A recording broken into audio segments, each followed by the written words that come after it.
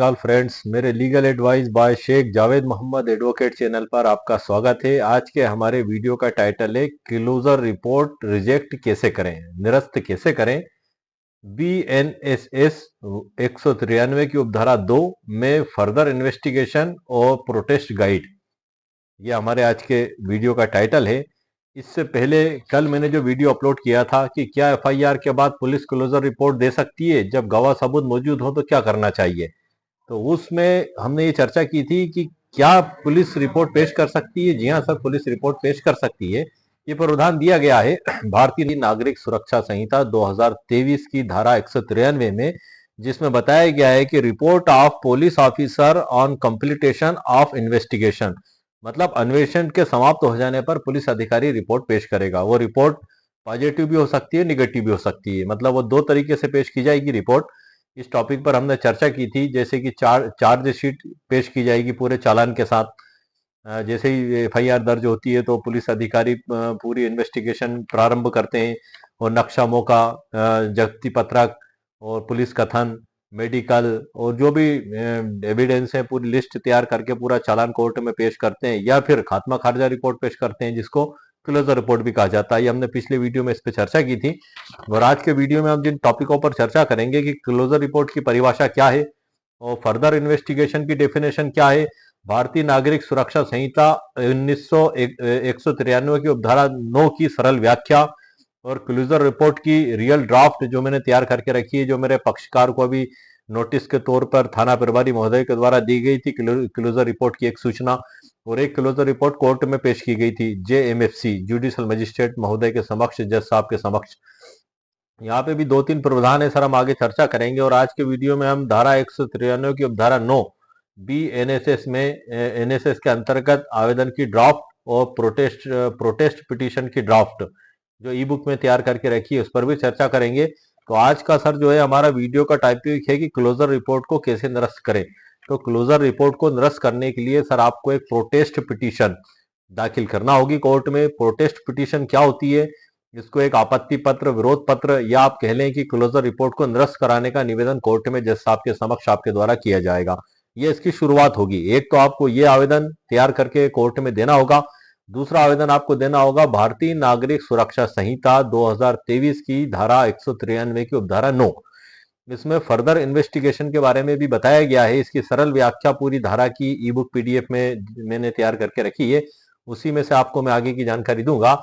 इस आवेदन के तहत 193 की उपधारा 9 BNSS के तहत हम अदालत से निवेदन करेंगे कि इसमें आगे अन्वेषण प्रारंभ किया जाए, आगे अन्वेषण किया जाए, और जो है कि संपत्ति जब्त की जाए, जो अनुसंधानकर्ता अधिकारी के द्वारा जो जब्तियां नहीं की गई हैं, जो उसमें बाकी रह गई हैं कमियां, वो हम जज साहब को बताएंगे और निवेदन करेंगे। तो ये रिजेक्ट करने के दो सबसे प्राइमरी इसके चरण होंगे। इन दोनों की ड्राफ्ट कैसे लिखी जाएगी, ये ड्राफ्ट मैंने सर ई बुक PDF के अंदर आपके लिए तैयार करके रखी है। और आज के इस वीडियो में दो महत्वपूर्ण जो है कि सर्वोच्च न्यायालय के फैसले भी हैं, जैसे कि भगवत सिंह विरुद्ध कमिश्नर ऑफ पुलिस 1985 का है, सुप्रीम कोर्ट का। इसमें जो महत्वपूर्ण बात बताई गई है क्लोजर रिपोर्ट के संबंध में कि शिकायत, क्लोजर रिपोर्ट दाखिल होने पर शिकायतकर्ता को सुना जाएगा, सुना जाना अनिवार्य है, इसमें बताया गया। दूसरी स्थिति है, अदालत क्लोजर रिपोर्ट मानने के लिए बाध्य नहीं है। तीसरी स्थिति है, अदालत के पास समनिंग का भी अधिकार है। धारा 210 BNSS 2023 के तहत न्यायालय खुद भी संज्ञान इसमें ले सकता है। ये तीनों इस फैसले में बताए गए हैं। और एक और इसी प्रकार से हमारे टाइटल से रिलेटेड बड़ा महत्वपूर्ण फैसला है, सुधीर रंजन मोहंते विरुद्ध UOI 2017 SCC ऑनलाइन MP 216। इसमें जांच को, जो जांच रिपोर्ट आई थी उसको त्रुटिपूर्ण माना गया और उसको दोबारा जांच करने के आदेश उसमें दिए गए। ये हमारे वीडियो के टाइटल से संबंधित है। तो सबसे पहले सर, आगे बढ़ने से पहले, हम चूंकि भारतीय नागरिक सुरक्षा संहिता पर चर्चा कर रहे हैं 2023 पर, पहले यह दंड प्रक्रिया संहिता 1973 के रूप में जानी जाती थी, और वो उसमें जो प्रावधान दिए गए थे वो लागू होते थे। लेकिन 1 जुलाई 2024 से BNSS 2024 लागू हो चुका है। इसमें कुल 531 धारा है, 2 अनुसूचियां, प्रक्रिया जो है कि प्रोसीजर से रिलेटेड लॉ है। जो भारतीय दंड संहिता 1807 में जो धाराएं दी गई थी, अब वो भारतीय नागरिक सुरक्षा संहिता 2023 BNS 2023 में उसको परिवर्तित कर दिया गया है।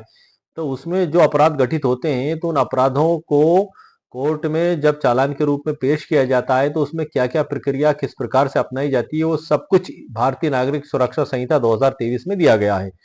इसी में धारा 193 बड़ी महत्वपूर्ण धारा है और धारा 175(3) भारतीय नागरिक सुरक्षा संहिता 2023 की ये भी बड़ी महत्वपूर्ण धारा है सर। भारतीय ये 173 में एफआईआर हो गया है सर। अब इसमें पहला 154 में एफआईआर था जो आईपीसी में था, इसमें 154 में एफआईआर दर्ज होती थी। अब 193 में वो धारा कर दी गई है कि जैसे ही थाना प्रभारी को कोई संज्ञेय मामले की सूचना प्राप्त होती है लिखित में या मौखिक में तो वो उस पर एफआईआर दर्ज करेगा। ये इसके प्रावधान 173 में दिए गए हैं वर्तमान में। और यदि थाना प्रभारी को कोई संज्ञेय अपराध कॉन्जिबल ऑफेंस, संज्ञेय अपराध मतलब वो अपराध होता है कि पुलिस अधिकारी उसमें वारंट के बिना गिरफ्तार कर सकता है, और नॉन कॉन्जिबल ऑफेंस वो होता है जिसमें पुलिस अधिकारी वारंट के बिना गिरफ्तार नहीं कर सकता है। तो जैसे ही किसी पुलिस अधिकारी को कॉन्जिबल ऑफेंस की सूचना मिलती है तो उसको 173 BNSS 2023 के तहत एफआईआर दर्ज करना होगी। यदि उसके द्वारा ऐसा नहीं किया जाता है तब वो पीड़ित पक्ष संबंधित वरिष्ठ अधिकारियों को, एसपी महोदय, पुलिस अधीक्षक महोदय को रजिस्टर डाक से आवेदन देगा, और उसके बाद भी यदि उसमें कोई कार्यवाही नहीं होती है तब वो 175 की उपधारा 3 के तहत एक आवेदन तैयार करेगा मैं शपथ पत्र के, और उसके तमाम जो उसकी फरियाद है, जो उसकी शिकायत है, उसके साथ लगने वाले डॉक्यूमेंट्स हैं वो तैयार करके कोर्ट में पेश करेगा। तब कोर्ट में जज साहब उसमें अन्वेषण इन्वेस्टिगेशन का निर्देश थाना प्रभारी महोदय को देंगे कि इसमें इन्वेस्टिगेशन करके आप रिपोर्ट पेश करें। इस प्रकार से प्रावधान इसमें दिए गए। तो ये स्थिति हो गई सर एफआईआर दर्ज होने के पहले। हम बात कर रहे हैं क्लोजर रिपोर्ट की, जो एफआईआर दर्ज होने के बाद वो पेश की जाती है। तो वो दिया गया प्रावधान धारा 193 में भारतीय नागरिक सुरक्षा संहिता 2023 की, और उपधारा 3 में वो प्रारूप दिए गए हैं, उसमें कुल 8 पॉइंट दिए गए। उन 8 पॉइंटों के तहत वो क्लोजर रिपोर्ट दी जाएगी। और इसी प्रकार से 193 की उपधारा 9, इसकी सरल व्याख्या भी मैंने ई बुक पीडीएफ के अंदर तैयार करके रखी है, उसी में से मैं आपको आगे की जानकारी दूंगा। अब हम आज के इस वीडियो में क्लोजर रिपोर्ट का क्या अर्थ है, सबसे पहले हम इसकी डेफिनेशन भी समझेंगे। उसी के बाद प्रोटेस्ट का क्या अर्थ है, प्रोटेस्ट याचिका का, उसको भी हम डेफिनेशन समझेंगे। और इसी के साथ इन दोनों की ड्राफ्ट और जो है कि धारा 139 की उपधारा 9 की सरल व्याख्या, ये आदि सभी चर्चाएं ई बुक पीडीएफ के अंदर से मैं आपको दूंगा। और आज के हमारे वीडियो का मुख्य फोकस वो ड्राफ्ट है सर, कि किस प्रकार से आवेदन की ड्राफ्ट तैयार करके कोर्ट में पेश की जाएगी। यहाँ भी 2 स्थितियां बनती हैं सर, मैं आपको बता दूं आगे बढ़ने से पहले। पिछले वीडियो में भी मैंने आपको जानकारी दी थी, वो वीडियो और ये वीडियो लगभग टॉपिक एक ही है लेकिन जानकारियां अलग अलग हैं। उसमें भी मैंने इस बात को बताया था जो मैं इस वीडियो में आपको बता रहा हूँ। यहाँ भी 2 स्थितियां पैदा होती हैं सर। ये जो मैंने आपको प्रकरण अभी बताया है सर, भगवत सिंह विरुद्ध commissioner of police 1985 supreme court का, इसमें बिल्कुल स्पष्ट बताया गया है कि जज साहब को उस एफआईआर को निरस्त करने से पहले फरियादी को सूचना दी जाएगी, उसको सुना जाएगा। अब मजिस्ट्रेट साहब, जज साहब उस क्लोजर रिपोर्ट को मानने के लिए बाध्य नहीं है, वो स्वतंत्र है। वो चाहे तो उसको निरस्त भी कर सकते हैं और दोबारा जांच के आदेश भी दे सकते हैं, जो कि धारा 193 की उपधारा 9 में बताए गए हैं, फर्दर इन्वेस्टिगेशन जिसको हम कहते हैं। लेकिन यहाँ पर कभी कभी ऐसी स्थिति भी बन जाती है, और कभी कभी क्या जो है कि वो बीएनएस 2023 में भी प्रावधान दिए गए हैं कि जो है कि थाना प्रभारी महोदय जब क्लोजर रिपोर्ट, जिसको खात्मा खारिजा रिपोर्ट भी कहते हैं, जब तैयार करेंगे तो एक प्रति उस फरियादी को सूचना के बतौर भेजी जाएगी और एक प्रति कोर्ट में जज साहब के समक्ष पूरी केस डायरी, पूरे डॉक्यूमेंट्स के साथ पेश की जाएगी। जब फरियादी को सूचना दी जाएगी तो लिखित में दी जाएगी, उससे प्राप्ति ली जाएगी। अभी कल परसों के दिन ही 2 दिन पहले ही मेरे पक्षकार को एक क्लोजर रिपोर्ट की सूचना दी गई, उसकी प्राप्ति भी उसके द्वारा दी गई, वो मेरे पास लेकर आया। तो उसी की ड्राफ्ट मैंने ई बुक पीडीएफ में तैयार करके रखी आप लोगों को समझाने के लिए कि आखिर एक क्लोजर रिपोर्ट की सूचना किस प्रकार से दी जाती है और उसको हमें निरस्त करने के लिए आगे क्या कदम उठाना होंगे, ये भी मैंने सब कुछ ई बुक पीडीएफ में तैयार करके रखा है। तो आगे की जानकारी सर मैं आपको ई बुक पीडीएफ के अंदर से ही देता हूँ। और अध्याय 13 बड़ा महत्वपूर्ण है सर, ये इसमें पुलिस की द्वारा जांच, उसकी शक्तियां, ये सारे प्रावधान धारा इसमें 173 से लेके 194 तक दिए गए हैं, उन सबकी भी सरल व्याख्या इस ई बुक पीडीएफ में मेरे द्वारा की गई है। तो आइए सर अब आगे की जानकारी मैं आपको ई बुक पीडीएफ के अंदर से देता हूं कि आखिर क्लोजर रिपोर्ट को रिजेक्ट कैसे करें। 100% संभव है रिजेक्ट करना सर, यदि आपके पास वैलिड ग्राउंड है और आप सही तरीके से जज साहब के समक्ष अपनी बात को रखते हैं। तो जज साहब स्वतंत्र हैं, वो बाध्य नहीं है उस क्लोजर रिपोर्ट के लिए। कि वो अगर पुलिस थाने के थाना प्रभारी महोदय के द्वारा पेश कर दी गई तो उनको उसको मानना ही पड़ेगा। नहीं सर, वो खुद सक्षम है, न्यायालय अपने आप में एक स्वतंत्र कार्य करने के लिए सक्षम है। न्यायपालिका वो किसी के अधीनस्थ और दबाव में नहीं है। तो आगे की जानकारी मैं उसी में से देता हूँ। यहाँ परेशानी सर कब पैदा होती है, क्लोजर रिपोर्ट पेश करना तो एक प्रोसीजर है सर। मान लिया जब मुलजिम अज्ञात है, कोई जब्ती नहीं हो रही है और कुछ भी नहीं है उसमें, साल भर 1.5 साल हो गया है, तब तो फिर मान लिया कि क्लोजर रिपोर्ट पेश थाना प्रभारी महोदय के द्वारा कर दी गई और फरियादी के द्वारा अदालत से सूचना आने पर बयान दिए गए और उस प्रकरण को समाप्त कर दिया गया, यहाँ तो ठीक है। लेकिन जब किसी के हक को मारा जाए, किसी के साथ नाइंसाफी की जाए, इस प्रकार की अगर क्लोजर रिपोर्ट पेश करने से किसी को गंभीर रूप से नुकसान हो, अपूर्णीय क्षति हो, तब वो क्लोजर रिपोर्ट एक प्रश्न चिन्ह बन जाती है कि आखिर ऐसी क्लोजर रिपोर्ट क्यों पेश की गई, जबकि गवाह भी मौजूद हैं, सबूत भी मौजूद है, फरियादी भी मौजूद है, मुलजिम भी सामने है, तब ऐसी क्लोजर रिपोर्ट क्यों पेश की गई। तब उसमें आपत्ति करने का बिल्कुल अधिकार उस फरियादी पक्ष को है और उस क्लोजर रिपोर्ट को वो 100% भी निरस्त करवा सकता है। संभव है निरस्त कराना सर 100%, यदि वो पूरा सही तरीके से प्रयास करे। उसके आवेदन की ड्राफ्ट मेरे द्वारा तैयार की गई है, एक आइडियल ड्राफ्ट है वो, मैंने एक खास तरीके के मामले के हिसाब से तैयार की है, लेकिन उसको आप आपके मामले के हिसाब से भी तैयार कर सकते हैं। उसमें फैक्ट आपको बदलना होंगे, आपका मामला जिस भी प्रकार का उन फैक्टों को आप उस प्लीडिंग के अंदर लिख सकते हैं। तो आइए सर, अब हम बिना देरी करें ई बुक पीडीएफ की ओर बढ़ते हैं, जहां से मैं आपको अब आगे की महत्वपूर्ण जानकारी दूंगा। Let's go sir. आप देख रहे हैं सर कंप्यूटर स्क्रीन पर पुलिस क्लोजर रिपोर्ट कैसे रिजेक्ट कराएं, BNSS 193 में प्रोटेस्ट पिटीशन और फर्दर इन्वेस्टिगेशन, पूरा विवरण ड्राफ्ट सहित ई बुक। और क्लोजर रिपोर्ट कैसे रिजेक्ट करें, BNSS 193 उपधारा 9 में फर्दर इन्वेस्टिगेशन व प्रोटेस्ट पिटीशन गाइड। ये हमारा इसका वीडियो का जो है कि सर टाइटल भी है और ये परिचय मैंने इसमें स्टार्टिंग में लिखा है सर, जो मैं आपको वीडियो के प्रारंभ में बता चुका हूँ। हम शुरुआत जो है कि मुख्य मुद्दे से होगी सर, उसके बाद फिर इसमें अध्याय चालू होंगे। कुल 4 अध्याय, इसमें 6 अध्याय हैं सर। इसमें डिस्क्लेमर भी है, प्रस्तावना भी है और उसके बाद हम आते हैं मुख्य मुद्दे पर। सबसे पहले मैं आपको उस रियल ड्राफ्ट से परिचित कराता हूं जो थाना प्रभारी महोदय के द्वारा मेरे पक्षकार को क्लोजर रिपोर्ट के रूप में दी गई थी। उसका प्रारूप कुछ ऐसा था, सभी जगह ऐसा ही लगभग प्रारूप होना चाहिए, इससे मिलता जुलता या ऐसा ही, कुछ भाषा का फर्क हो सकता है। ऊपर लिखा हुआ है सर कार्यालय पुलिस थाना, मैंने जगह छोड़ दी जिला और प्रदेश, और बीच में लिखा हुआ था उसमें सूचना पत्र, और इधर क्रमांक और इधर दिनांक लिखा हुआ था। इसके नीचे फरियादी का पूरा नाम लिखा हुआ था जिसे सूचना दी गई थी। उसके बाद लिखा था इसमें, आपको उक्त सूचना पत्र के जरिए सूचित किया जाता है कि आपके द्वारा अनावेदक 1, 2, 3 जो भी हैं के विरुद्ध थाने पर अपराध फलाने फलाने क्रमांक पर पंजीबद्ध कराया था। उक्त अपराध में आरोपी गण के विरुद्ध संज्ञेय अपराध घटित होना नहीं पाए जाने से प्रकरण में खारजी क्रमांक फलानी फलानी दिनांक और डेट छोड़ दी को कता की गई सूचनार्थ नीचे थाना प्रभारी, थाना, जिला, प्रदेश और उनके दस्तखत और सील थी। ये वो सूचना है सर जो मेरे पक्षकार को दी गई, उसकी प्राप्ति भी ली गई। अब मेरे पक्षकार को जब सूचना दी गई तो पक्षकार इस सूचना को लेकर सर मेरे पास आया। मैंने उस सूचना को देखा तो उसका जो मामला था सर वो 420 में दर्ज था। एक 28 लाख की धोखाधड़ी उसके साथ हुई थी। कुल कुछ लोग कुछ कंपनी के एजेंट बनकर, प्रभारी बनकर आए थे और उसके परिचित भी थे बचपन से, और उसको विश्वास दिलाया था और धोखा देके उससे पैसे प्राप्त किए थे, और पैसे लेने के बाद उसके 28 लाख रुपए उसको वापस नहीं किए। और ये लोग बड़े पॉलिटिकल रूप से भी सक्षम थे, और जब पैसे वापस नहीं दिए तो उसकी थाने में रिपोर्ट लिखाई गई, उस पर भी FIR दर्ज नहीं हुई। तब वरिष्ठ पुलिस अधिकारियों को शिकायत की गई, तब भी FIR जाके तब कहीं जाके उसकी FIR दर्ज हुई, और FIR दर्ज होने के बाद फिर अनुसंधान को जो है कि जिस तरीके से किया जाना चाहिए था उस तरीके से उसमें गिरफ्तारी नहीं की गई, जब्ती नहीं की गई, और खात्मा खाजा रिपोर्ट 1 साल बाद कोर्ट में पेश कर दी गई, जबकि मुलजिम भी सामने ही थे, संपत्तियां भी जब्त करने के लिए मौजूद थी। इस पे पूरी डिटेल जानकारी मैंने पिछले वीडियो में दी है सर। 1 घंटा 35 मिनट का वीडियो अपलोड किया है मैंने, इस पे बड़ी बारीकी के साथ इसमें फैक्ट बताया। मगर हम आज के वीडियो में ये बात करेंगे कि इसको रिजेक्ट कैसे करते हैं। तो ये तो हो गई सर वो सूचना, अब इसको हम रिजेक्ट कैसे करेंगे, हम उसके लिए आगे बढ़ते हैं। इसमें सबसे पहले तो सर हम इसकी डेफिनेशन को हम समझ लेते हैं कि आखिर ये फर्दर इन्वेस्टिगेशन का अर्थ क्या होता है। तो इसमें फर्दर इन्वेस्टिगेशन का मतलब होता है आगे की जांच।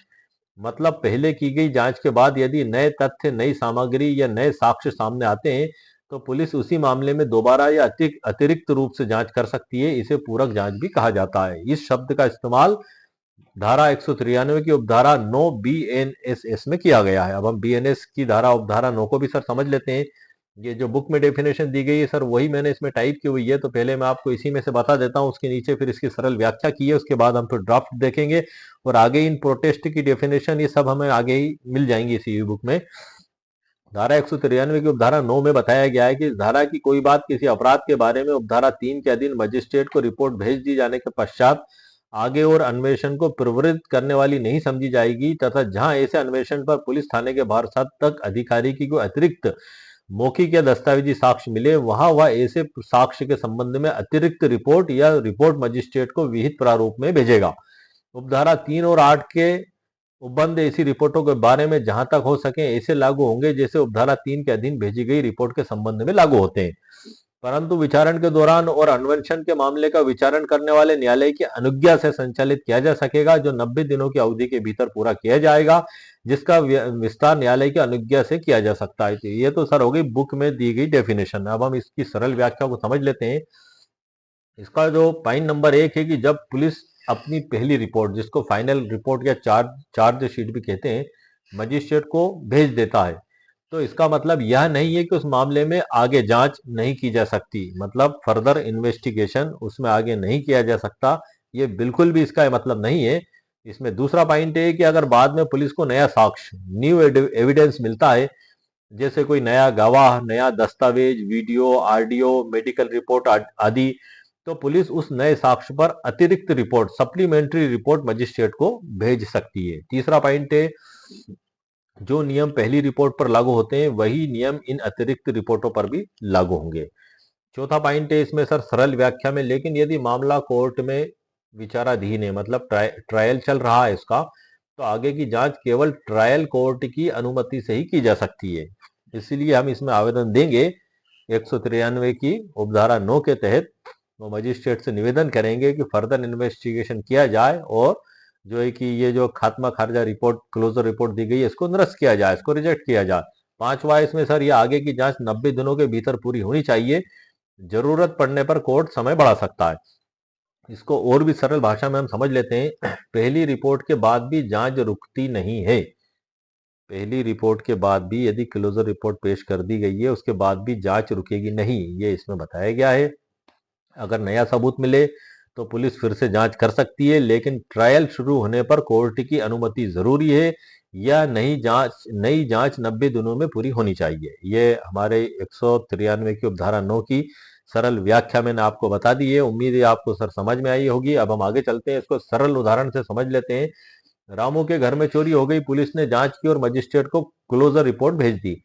कोई सबूत नहीं मिला, आरोपी नहीं मिला, मजिस्ट्रेट ने रिपोर्ट ले ली। बाद में नई बात सामने आई। 3 महीने बाद मोहल्ले के एक व्यक्ति ने चोरी की सीसीटीवी फुटेज पुलिस को दी, जिसमें एक आदमी दिखाई दे रहा था। यह नया साक्ष्य है। पुलिस क्या कर सकती है?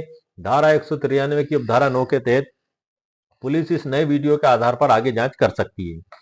पुलिस नई जांच के बाद अतिरिक्त रिपोर्ट, जिसको सप्लीमेंट्री रिपोर्ट भी कहा जाता है, मजिस्ट्रेट को भेजेगी। इस नई रिपोर्ट पर वही प्रक्रिया चलेगी जो मुख्य रिपोर्ट पर चलती है। ये बड़ी महत्वपूर्ण बात है सर। कई बार ऐसा होता है कि क्लोजर रिपोर्ट अगर पेश कर दी तो ये माना जाएगा कि क्या वो फाइनल हो गई, अब कभी दोबारा जांच नहीं खुलेगी। नो सर, धारा 193 की उपधारा 9 BNSS 2023 में वे प्रावधान बताए गए हैं। सप्लीमेंट्री रिपोर्ट, यदि पुलिस को प्राप्त होता है कोई भी एविडेंस, तो सप्लीमेंट्री रिपोर्ट पेश करेगी और कोर्ट उसको मान्य करेगी। अगर मामला कोर्ट ट्रायल में होता है, यदि चोरी का मामला पहले से कोर्ट में सुनवाई के लिए चल रहा होता, तो पुलिस सीधे जांच नहीं कर सकती थी, उसे कोर्ट में अनुमति लेना होती है। ये इसमें प्रावधान बताए गए। 90 दिनों की सीमा है सर इसमें, कि आगे की जांच कितनी होती है, वह 90 दिनों के भीतर होनी चाहिए। और धारा 193 की उपधारा 9 जो BNSS का है, सार संक्षेप है। इसको कुल हम 5 पॉइंटों में संक्षेप को समझ लेते हैं, जिसमें नंबर 1 है, पहली रिपोर्ट भेजने के बाद भी जांच बंद नहीं होती। दूसरा है, पुलिस को नया सबूत मिले तो सप्लीमेंट्री रिपोर्ट भेज सकती है।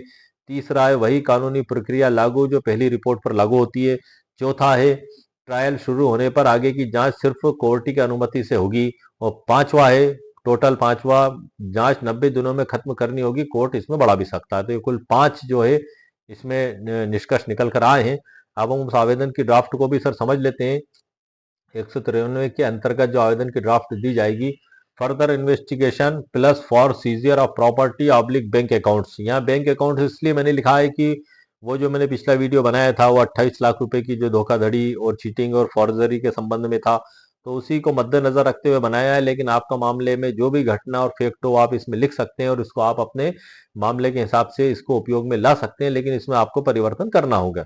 ऊपर तो सर अदालत का नाम, फिर प्रकरण संख्या, पुलिस थाना, अपराध संख्या और परिवादी और अभियुक्त के नाम ही आ जाएंगे ऊपर। आवेदन पत्र अंतर्गत धारा 193 की उपधारा 9 BNSS 2023 के अंतर्गत आगे की जांच, जिसे हम फर्दर इन्वेस्टिगेशन कहते हैं, तथा संपत्ति आब्लिक बैंक खाता जब्त करने हेतु निवेदन माननीय महोदय करके इसमें लिखा जाएगा।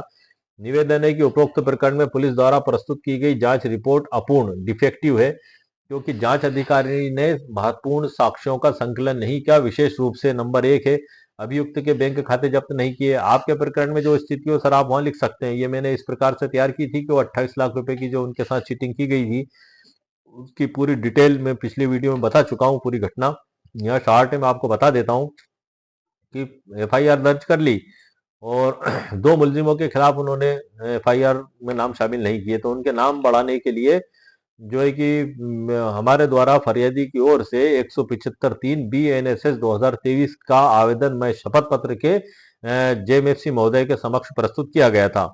आवेदन पेश करने से पहले जो इसमें नियम दिए गए हैं कि पहले पुलिस अधीक्षक महोदय वरिष्ठ पुलिस अधिकारियों को शिकायत की जाएगी रजिस्टर्ड डाक से, वो भी कर दी गई थी। उसके बाद भी कोई कार्रवाई नहीं हुई थी, तब ये हमारे द्वारा कोर्ट में आवेदन पेश किया गया था। कोर्ट में जज साहब के द्वारा उसको UNCR पर दर्ज किया गया सर। UNCR पर दर्ज होते हैं सर ये सारे प्रकरण, UNCR।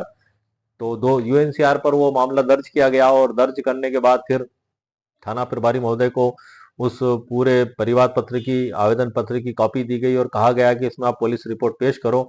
अब पुलिस उसमें रिपोर्ट पेश नहीं कर रही थी सर। 1 साल से लंबा समय व्यतीत हो गया था। इधर जांच भी उनके द्वारा पेंडिंग कर दी गई थी और 2 लोगों को मुलजिम भी नहीं बनाया गया था, और मुलजिमों के नाम, बाप का नाम, मकान नंबर, मोबाइल नंबर, फोटो और मतलब उनके पूरे एड्रेस जो है कि थाना प्रभारी महोदय के पास मौजूद थे उन रिपोर्टों में भी, और जज साहब के समक्ष भी मौजूद थे। एक पक्षकार जो है कि वो दूसरी स्टेट के थे, उनके भी मौजूद थे सारा रिकॉर्ड। लेकिन ना तो गिरफ्तारी की गई, ना उनसे कोई जो ऑनलाइन ट्रांजैक्शन किए गए थे 28 लाख के, जो अभियुक्त गण ने जो खाता दिया था जिसमें फरियादी ने पैसे जमा कराए थे, ना तो वो खाता, उसकी चेक बुक, पासबुक कुछ भी जब्त नहीं किया गया। उन्होंने 10 मिनट बाद ही वो 27 लाख वहां से निकाल कर एक ट्रेवल्स के खाते में ट्रांसफर कर दिए थे, जो कहीं अन्य स्टेट की थी वो भी। तो पुलिस ने उसके भी कोई डॉक्यूमेंट्स जब्त नहीं किए, चेक बुक, पासबुक, बीमा ना वो किसके नाम से था, क्या था, उसको भी मुलजिम नहीं बनाया। तो इसलिए ये पेश किया गया था और पुलिस के द्वारा जांच को यहाँ रोक दिया गया था। और जबकि उसके 27 लाख उस खाते में जमा थे और 1 लाख डायरेक्ट अभियुक्त के खाते में गूगल पेमेंट से जमा किए गए थे। और अचानक पुलिस ने इसमें क्लोजर रिपोर्ट पेश कर दी, तो उस व्यक्ति को बड़ा दुख हुआ और बड़ा वो पीड़ित हुआ। वो मेरे पास भी आया, मुझसे भी उसने संपर्क किया। तब हमारे द्वारा उसमें उस क्लोजर रिपोर्ट जो थाना प्रभारी महोदय के द्वारा दी गई थी उस पर प्रोटेस्ट पिटीशन भी दाखिल की, और भी उसमें हमने सर काफी एप्लीकेशंस दाखिल की। उन एप्लीकेशंस में मैं कुछ एप्लीकेशंस आपको बता देता हूँ जो आपको सीखने और समझने के लिए फायदेमंद होगी। एक तो हमने सर आवेदन लगाया था प्रकरण आज पेशी में लिए जाने हेतु आवेदन, क्योंकि उसमें तारीख अगली लगी हुई थी और अचानक ही बीच में उसको क्लोजर रिपोर्ट दी गई थी। तो हमने प्रकरण पेशी में लेने का भी आवेदन सर हमने लगाया उसमें, और आवेदन लगाने के बाद फिर एक आवेदन पेश किया गया था। इस आवेदन में जो हमने विषय में हमने निवेदन में लिखा था कि क्लोजर रिपोर्ट दिनांक को निरस्त कर पुनः अनमेंशन कराने एवं छूटे हुए शेष आरोपीगण को FIR में नाम शामिल कराए जाने बाबत, और प्रकरण क्रमांक इसमें लिख दिया था हमने, जो FIR का नंबर था कि फलाना फलाना, और धारा भी लिख दी थी। दूसरा निवेदन हमारा विषय में था निष्पक्ष पूर्ण एवं विधिक अनुसंधान कराने, शेष आरोपीगण को FIR में जोड़े जाने, आवश्यक समस्त साक्ष्य जब्त कराए जाने तथा पुलिस की लापरवाही पर न्यायालयीन हस्तक्षेप हेतु आवेदन। ये भी निवेदन था सर, ये हमारा, ये हमने कोर्ट में पेश किया था। तीसरा निवेदन था धारा 210 BNSS 2023 के अंतर्गत संज्ञान लेकर समन जारी करने के संबंध में। तो एक तो सर एप्लीकेशन ये पेश की गई थी, इसमें सारे फैक्ट ग्राउंड लिखे गए थे, मुलजिमों के पूरे नाम, पते, अपराध किस प्रकार से गठित किया गया था, वो सारी जानकारियां सर हमने इसमें दी थी। और इसी के साथ फिर एक और आवेदन दिया गया था। उस आवेदन में जो निवेदन किया गया था मैं आपको वो भी सर बता देता हूँ। इसमें सर जो हमने प्रार्थनाएं की थी अंत में, वो सभी प्रार्थनाएं भी मैं आपको बता देता हूँ। आपको कहीं ना कहीं ये आपके लिए लाभकारी ही होंगी, क्योंकि ये हमारा मामला समझने और सीखने से रिलेटेड है। प्रार्थनाओं में सर जो प्रार्थना हमारे द्वारा की गई थी, उन प्रार्थनाओं में मैं आपको पढ़ के बता देता हूँ कि पुलिस द्वारा प्रस्तुत क्लोजर आबलिक खारिजी रिपोर्ट दिनांक को गलत, एक पक्षी, अपूर्ण और कानून विरुद्ध पाकर अस्वीकार या रिजेक्ट किया जाए। एक तो प्रार्थना ये थी, ये निवेदन थी, किया था हमने उस आवेदन में। दूसरा है, पुलिस को बीएनएसएस 2023 के अंतर्गत आगे अन्वेषण, फर्दर इन्वेस्टिगेशन करने का निर्देश दिया जाए। तीसरा है, आरोपी जो दूसरी स्टेट का था निवासी, जिसका पूर्व में 173 की उपधारा 3 बीएनएसएस में आवेदन दिया जा चुका है, तो आरोपी के रूप में जोड़ने अराइजिंग एज एक्यूट का निर्देश, अराइजिंग एज एक्यूज्ड का निर्देश जारी किया जाए। शेष आरोपीगण को एफआईआर में जोड़ा जाए। ये भी हमने सर उसमें निवेदन किया था। मैं आपको सर इसलिए बता रहा हूं क्योंकि ये आप सुनेंगे तो आपको समझ में आएगा कि हाँ, यदि आपके सामने ऐसी परिस्थिति आती है तो इसमें से आप किन किन चीजों का उपयोग आपके प्रकरण में कर सकते हैं और न्याय प्राप्त आप कर सकते हैं।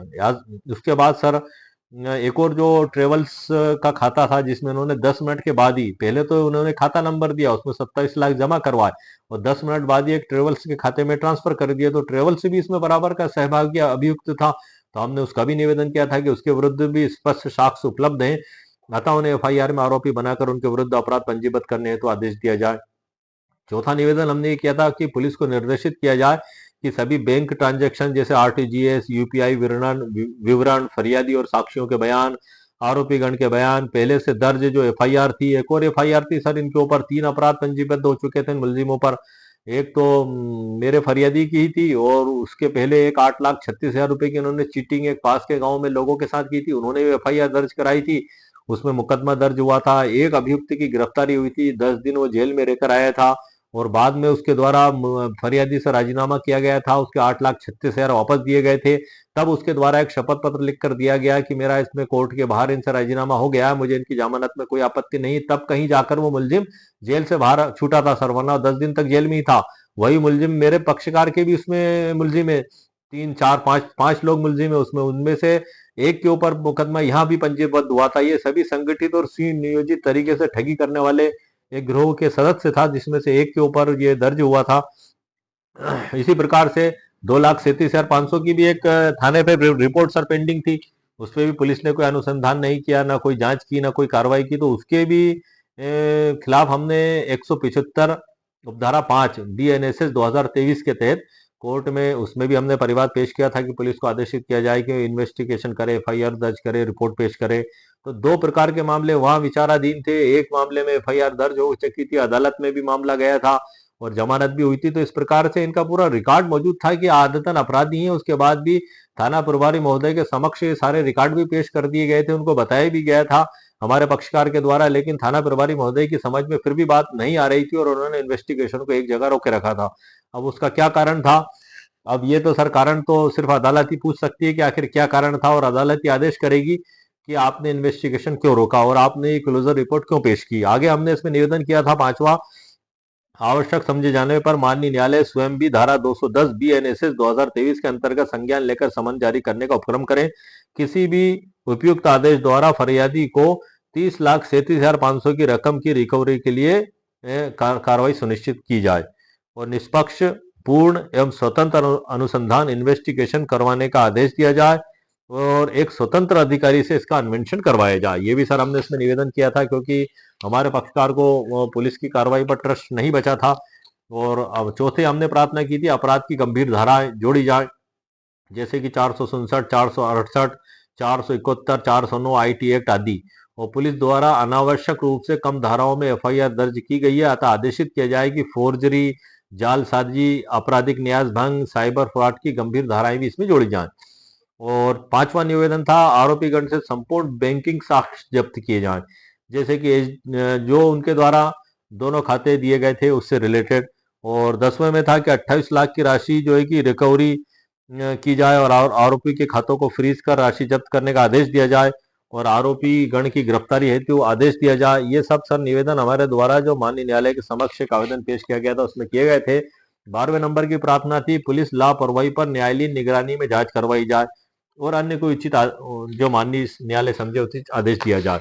और इसके साथ हमने ये जो मैंने आपको ड्राफ्टिंग बताई थी अभी क्लोजर रिपोर्ट की, उसकी कॉपी हमने न्यायालय में पेश की थी और कहा था कि सर ये हमें कॉपी प्राप्त हुई है, इसी कारण हम माननीय न्यायालय में स्वयं उपस्थित होकर ये आवेदन दे रहे हैं। इसी के साथ एक और आवेदन हमने पेश किया था सर, ये सीखने और समझने की बात है कोर्ट में, कि उसमें हमने लिखा था कि आवेदन पुलिस अधीक्षक को सूचना पत्र जारी करने हेतु ये धारा 175(3) BNSS 2023 की जो पहले से विचाराधीन थी उसमें हमने लगाया था और उसमें हमने विषय में मांग की थी पुलिस की खारिजी रिपोर्ट मतलब क्लोजर रिपोर्ट को निरस्त किया जाए।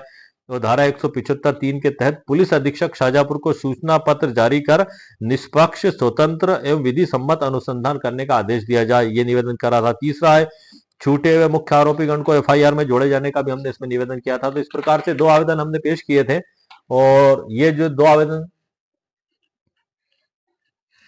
आवेदन पेश किए गए थे तो ये आवेदन इसी तरीके से पेश किए गए थे, क्योंकि यह मामला क्या था कि 175 की उपधारा 3 जो BNSS है वो पहले से विचाराधीन, तो ये सारे आवेदन हमारे द्वारा उसी UNCR पर जो दर्ज थे मामले उसमें दोनों में पेश कर दिए गए थे। लेकिन मामला कभी कभी ऐसा होता है कि आपका कोई भी आवेदन पहले से दर्ज नहीं है, आपने सिर्फ FIR दर्ज की और आपको खात्मा खारिज की रिपोर्ट प्राप्त हुई, तब आप क्या करेंगे? तब आप आवेदन लेकर जाएंगे माननीय न्यायालय के समक्ष।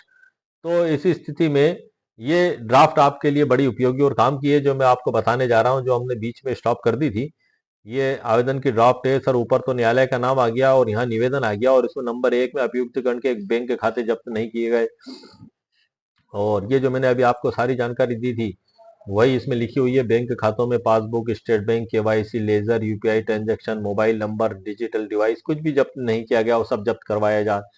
और तीसरे में जो है कि इन्होंने किसी अन्य बैंक अकाउंट में जो ट्रेवल्स में ट्रांसफर किए थे 10 मिनट के अंदर ही वो 10 लाख रुपए, वो भी जब्त किए जाए, वो भी हमने इस ड्राफ्टिंग के अंदर लिखा हुआ है। 1 लाख रुपए डायरेक्ट एक अभियुक्त के खाते में गूगल पेमेंट से दिए गए थे, तो उसके खुद के गूगल पेमेंट से जो उसका अकाउंट नंबर अटैच है उस अकाउंट नंबर के डॉक्यूमेंट जब्त किए जाए, मोबाइल इनके जब्त किए जाए, लेकिन पुलिस के द्वारा कुछ भी नहीं किया गया था। इसमें अब अंत में सर फिर निवेदन आएगा। इसमें निवेदन से पहले यह है कि इलेक्ट्रॉनिक साक्ष्य भी जब्त किए जाएं।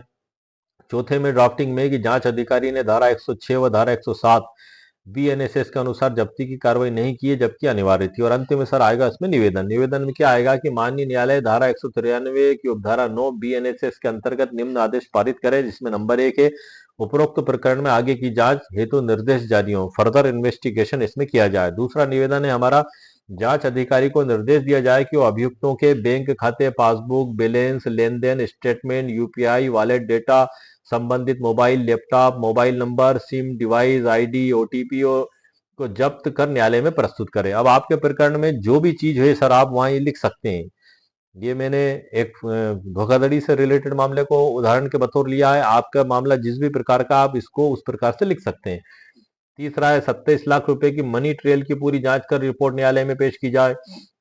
चौथा है सभी इलेक्ट्रॉनिक साक्ष्य धारा 65B भारतीय साक्ष्य अधिनियम IEEA 2023 के अनुसार जब्त किए जाएं। अतः माननीय न्यायालय से निवेदन है कि न्याय हित में उपरोक्त आदेश पारित करने की कृपा करें। तो ये तो हो गया सर हमारा आवेदन। इस आवेदन में जो हमने निवेदन किया था ये 2 पॉइंटों पे ये हमने आवेदन पेश किया था। इसमें सारी प्रार्थना भी आपकी आ चुकी है। एक तो है फर्दर इन्वेस्टिगेशन और संपत्ति जब्त किए जाने के संबंध में हमने धारा 193 की उपधारा 9 BNSS के तहत एक आवेदन ये पेश किया सर। हमने रिजेक्ट कराने के लिए क्लोजर रिपोर्ट को रिजेक्ट कराने की बात चल रही है सर हमारी। तो एक तो आवेदन की ड्राफ्ट ये हो गई जो मैंने आपको बताई। अब दूसरा आवेदन होगा सर हमारा पिटीशन से रिलेटेड, प्रोटेस्ट पिटीशन, जो मैंने आपको वीडियो के प्रारंभ में बताया था उसकी ड्राफ्टिंग को हम कैसे तैयार करेंगे। इसमें भी 2 ड्राफ्टिंग मैंने तैयार की है, पहली बताता हूं उसके बाद दूसरी आपको बताऊंगा। क्लोजर रिपोर्ट पर आपत्ति, प्रोटेस्ट पिटीशन जब पुलिस क्लोजर रिपोर्ट दाखिल कर दे। अच्छा ये आपको ध्यान रखना है सर। यहाँ पर जो है कि क्लोजर रिपोर्ट दाखिल होने के बाद फिर ये प्रोटेस्ट पिटीशन पेश की जाएगी और 175 की उपधारा 3 में कंडीशन एक अलग है। वहां पहले ही FIR दर्ज करने से इनकार कर दिया गया। उसने पुलिस अधीक्षक महोदय वरिष्ठ अधिकारियों को लिखा, उसके बाद 175(3) के तहत आवेदन कोर्ट में मैं शपथ पत्र के पेश किया और उसके बाद थाना प्रभारी महोदय को जज साहब ने आदेश दिया कि पुलिस रिपोर्ट पेश करो, इन्वेस्टिगेशन करो, FIR दर्ज करो, जो भी स्थिति और आप हमें लाकर बताओ। वो स्थिति रिपोर्ट दर्ज करने के पहले की है। क्लोजर रिपोर्ट रिपोर्ट दर्ज होने के बाद की स्थिति है, तो ये आवेदन हमारा उस कंडीशन में अप्लाई होगा। इसमें ऊपर वही सर, जज साहब का नाम, अदालत का नाम और फरियादी का नाम, अभियुक्त का नाम ऊपर आएगा। प्रोटेस्ट पिटीशन क्लोजर रिपोर्ट अस्वीकृत करने एवं समुचित आदेश देने हेतु माननीय महोदय, निवेदन है कि पुलिस द्वारा प्रस्तुत क्लोजर रिपोर्ट तथ्यहीन, विधि विरुद्ध तथा अपूर्ण जांच पर आधारित है। रिपोर्ट को स्वीकार किया जाना न्याय हित में नहीं होगा। रिपोर्ट में महत्वपूर्ण साक्ष्यों की अनदेखी की गई है, जैसे कि अभियुक्त के बैंक के खातों की जांच व जब्ती नहीं की गई। दूसरा, 27 लाख रुपए अन्य खाते में ट्रांसफर हुए, उस खाते की भी जांच नहीं की गई। तीसरा, इलेक्ट्रॉनिक साक्ष्य जब्त नहीं किए गए। चौथा, सिक्योरिटी प्राइमेसिंग डेटा, पासबुक, यूपीआई स्क्रीनशॉट आदि भी जब्त नहीं किए। पांचवा है, जांच अधिकारी ने धारा 106 व धारा 107 BNSS के अनुसार जब्ती का आवेदन भी नहीं किया। और अंत में निवेदन लिखना होगा। निवेदन में इसमें आएगा, नंबर 1, पुलिस की क्लोजर रिपोर्ट को रिजेक्ट किया जाए। नंबर 2, माननीय न्यायालय स्वयं संज्ञान लेकर अभियुक्तों को समन जारी करें, जैसा कि भगवत सिंह विरुद्ध कमिश्नर ऑफ पुलिस 1985 में ये प्रावधान बताए गए। तीसरा है, धारा 193 की धारा 9 के BNSS की है जो ये धारा के अंतर्गत पुलिस को आगे की जांच, फर्दर इन्वेस्टिगेशन का आदेश दें, और पुलिस को आगे की जांच, फर्दर इन्वेस्टिगेशन का आदेश दें। चौथे में आएगा, जांच अधिकारी को निर्देश दे कि अभियुक्तों के सभी बैंक खाते, पासबुक, बैंक स्टेटमेंट, ये सभी चीजें जब्त की जाए। और अंत में दिनांक फरवादी और वकील साहब के दस्तखत होंगे।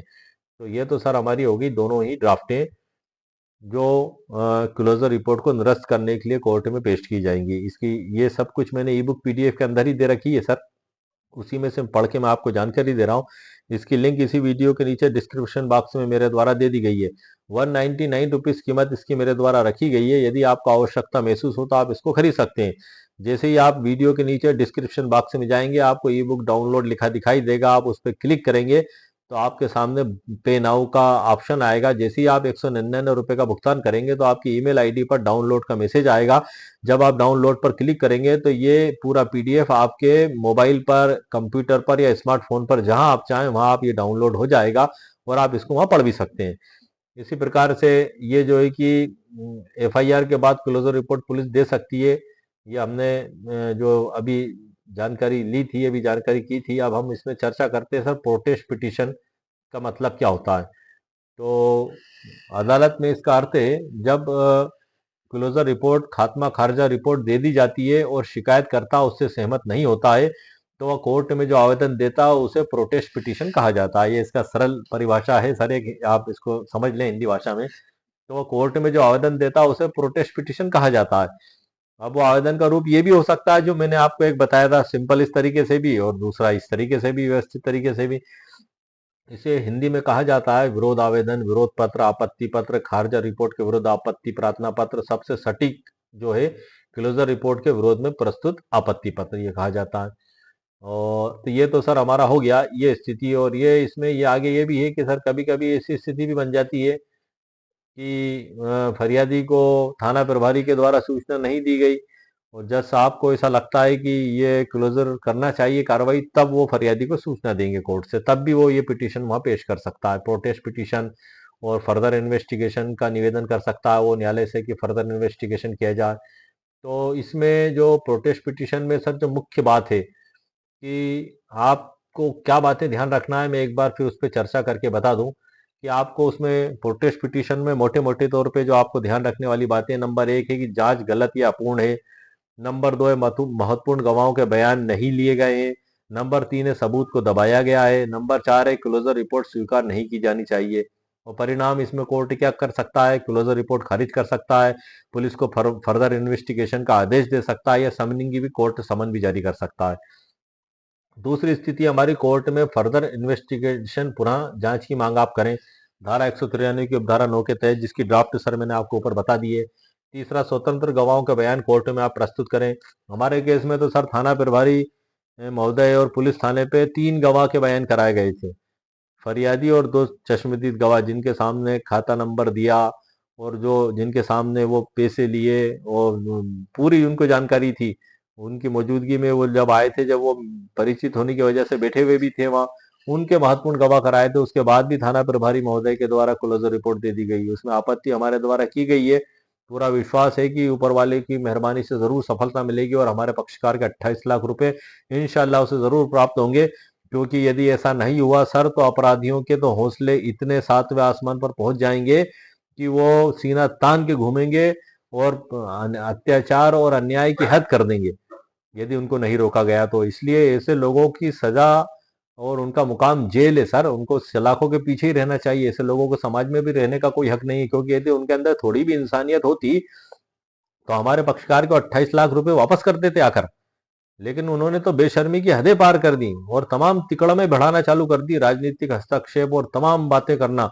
हमारा पक्षकार बड़ा सज्जन और सीधा आदमी है, लेकिन ऊपर वाला सब देख रहा है सर। कर्मों की सजा सभी व्यक्तियों को मिलती है यदि किसी ने इस प्रकार की हरकतें की हैं। अब वो क्या सोचते हैं कि हमने 30 लाख रुपए हमारे हाथ में आ गए, 30,37,500 रुपए, हम इसमें से 5-1 लाख रुपए खर्च भी कर देंगे तो हम बच जाएंगे।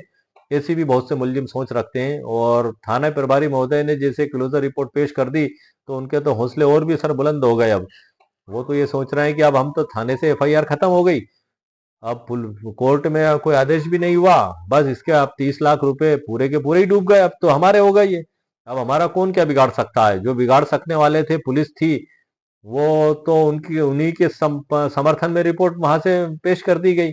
अब बचा है न्यायालय, तो न्यायालय से बड़ी उम्मीद है हमारे पक्षकार को कि वहां से उसे जरूर न्याय प्राप्त होगा। और पूर्ण विश्वास है कि उस खात्मा खारिजा रिपोर्ट को निरस्त करके फर्दर इन्वेस्टिगेशन का न्यायाधीश महोदय के द्वारा जरूर उसमें आदेश किया जाएगा, हमें पूर्ण विश्वास है। और इसी विश्वास के साथ ही हम अदालत में गए हैं, क्योंकि वहां से हमें न्याय प्राप्त होने की पूरी उम्मीद है। और इसमें 7 साल से अधिक की सजा का प्रावधान है। और ऐसे मुलजिमों को सजा मिलना बेहद जरूरी है सर, क्योंकि यदि इन्हें सजा नहीं मिलती है तो वो लगातार इस प्रकार की घटनाएं करते रहते हैं, लगातार करते रहते हैं। और एक आम नागरिक, एक आम व्यक्ति, उसके जीवन भर की पूंजी इनके झूठे बहकावे में आकर अपने जीवन भर की पूंजी बर्बाद करके अपना जीवन को बर्बाद कर लेता है। तो ऐसे लोगों को सर सजा होना बहुत जरूरी है। और हमारा पूरा प्रयास है कोर्ट में, जो हमने प्रोटेस्ट याचिका भी पेश की है, जो मैंने अभी आपको पढ़ के बताई थी फाइल के अंदर से ही, और पूर्ण विश्वास है हमें कि हमारे पक्षकार को जरूर न्याय प्राप्त होगा। इसमें जो है कि स्वतंत्र बयान भी पेश करें, मजिस्ट्रेट स्वयं जांच कर सकता है। और इसमें जो महत्वपूर्ण निर्णय है सर, भगवत सिंह विरुद्ध कमिश्नर ऑफ पुलिस, उसमें जो बातें बताई गई हैं वो वीडियो के प्रारंभ में मैं आपको बता चुका हूं। और इसी प्रकार से प्रोटेस्ट पिटीशन किस धारा में दायर होती है, तो सर क्लोजर रिपोर्ट पुलिस द्वारा बीएनएसएस 2023 की धारा 193 के तहत दायर की जाती है। और सीआरपीसी में पुरानी धारा 173 थी।